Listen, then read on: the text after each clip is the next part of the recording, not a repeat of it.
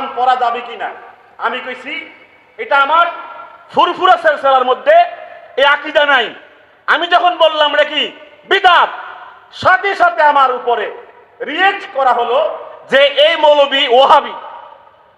আচ্ছা বলেন, আজানের পূর্বে সালাত সালাম পড়া যাবে না, আর এই ফতোয়া দেওয়ার পরে তাকে ওয়াহাবি আখ্যায়িত করা ইসলামের মধ্যে কি অতিরঞ্জিত না? আমি কষ্ট পেয়েছি। 3 বছর আগে আমি বলেছিলাম মিলাদ কিয়াম কোরআন হাদিসে নাই। এটা আপনারা অনেকে হয়তো বা ভিডিও পেয়েছেন, আমার বক্তব্য পেয়েছেন আপনারা। আমি বলেছি মিলাদ কিয়াম কোরআন হাদিসে নাই, তবে আমরা যেটা করি মুস্তাহসান মুস্তাহাব, এটা আমি বিভিন্ন যুক্তি দিয়ে প্রকাশ করেছি। এতটুকুতে তারা সন্তুষ্ট হয় নাই, তারা বলেছে উনি ওয়াহাবি। কথা কয় না, উনি কি? আচ্ছা বলেন তো, যদি ধরে নেওয়া হয় মিলাদ কিয়াম ফরজ, তাহলে না মানলে হবে ওয়াহাবি, ঠিক আছে। কিন্তু মিলাদ কিয়াম কি ফরজ? ওয়াজিব। তাদের মতেও তো ফরজ না, তারাও তো ফরজ বলতে সাহস পায় না। ওরা ফতোয়া দেয় কতটুকু? মুস্তাহাব, ঠিক কি না? ওরা অতটুকু বলতে পারে মুস্তাহাব। এখন মুস্তাহাব মানলে অথবা না মানলে অথবা পরিত্যাগ করলে, এটাকে ছেড়ে দিলে ওয়াহাবি হবে, এমন কথা হাদিস কোরআনে আছে? এইভাবে আমাকে যথেষ্ট পরিমাণ গালিগালাজ করেছে। আমি সইতে সইতে কত বছর সইছি, কি কথা কোন কত বছর সইছি? 20 বছর সইছি। আলহামদুলিল্লাহ, আমাদের ফুরফুরা সিলসিলা যেটা সারসিনা, সোনাকান্দা এবং ফুলতলি, এরা কিন্তু এত বাড়াবাড়ি করে না, এত বাড়াবাড়ি করে না। আমি দেখেছি যারা কথিত সুন্নি, কথা কোন না কি সুন্নি, আমি গত বছরে বলেছি সকল ঈদের সেরা ঈদ, এটা ফাও কথা। কথা কোন না, এটা কি বলেছি আমি? ফাও কথা। আমার উপরে যে আযাব ও গজব শুরু হয়েছে, আমাকে বাঁচতে দিবে না।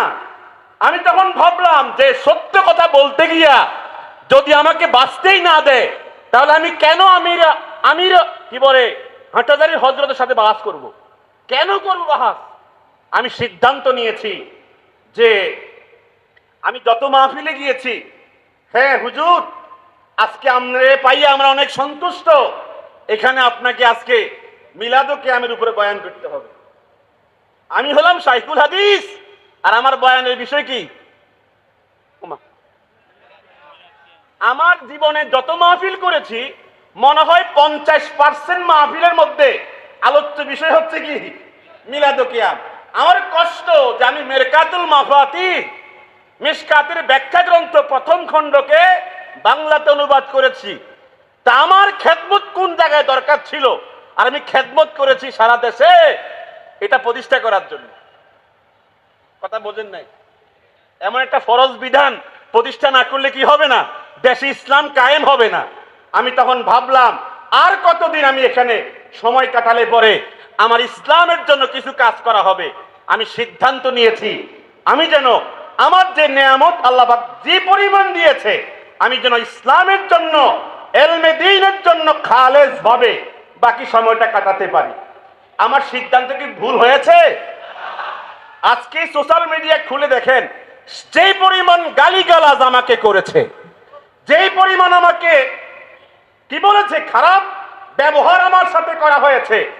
আমি যদিও খুব প্রচন্ড ভাবে সারা দেশ থেকে আজকে অনেক দিন যাবত এখান থেকে ফিরে এসে তওবা করার জন্য আমাকে চতুর্দিক থেকে বল প্রয়োগ করা হয়েছে।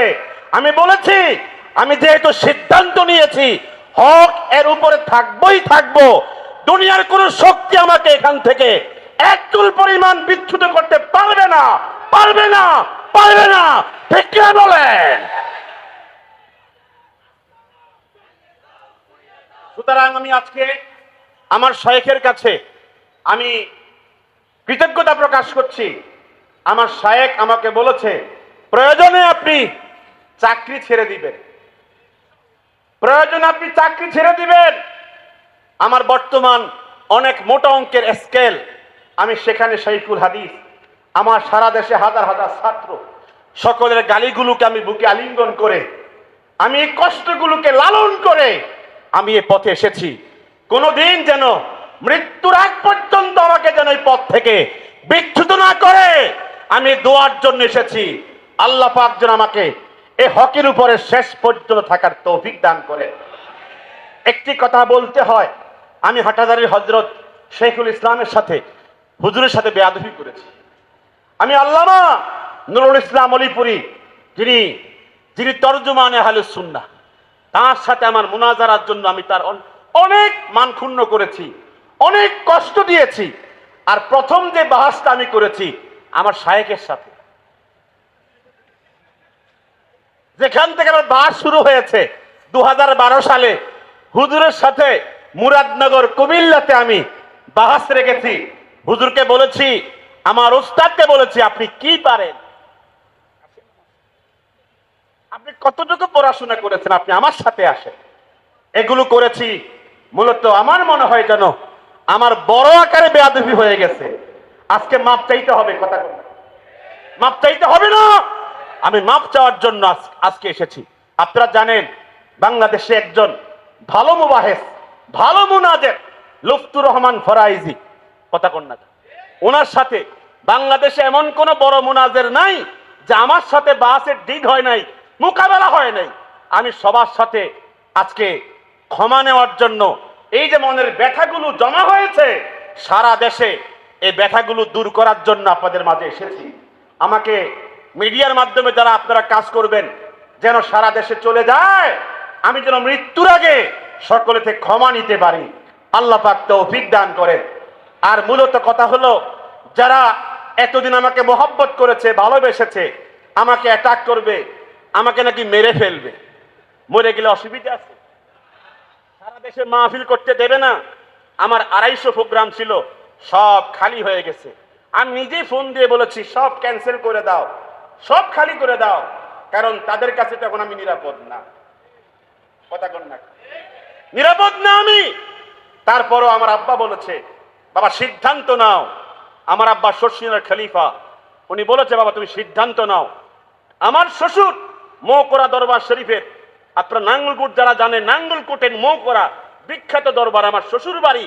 আমার শ্বশুর পর্যন্ত বলেছে, তোমার আত্মা যদি বলে শেখ মুশতাকুন নবী কাসিমের সাথে বাকি জীবন কাটাতে, তুমি সিদ্ধান্ত নাও।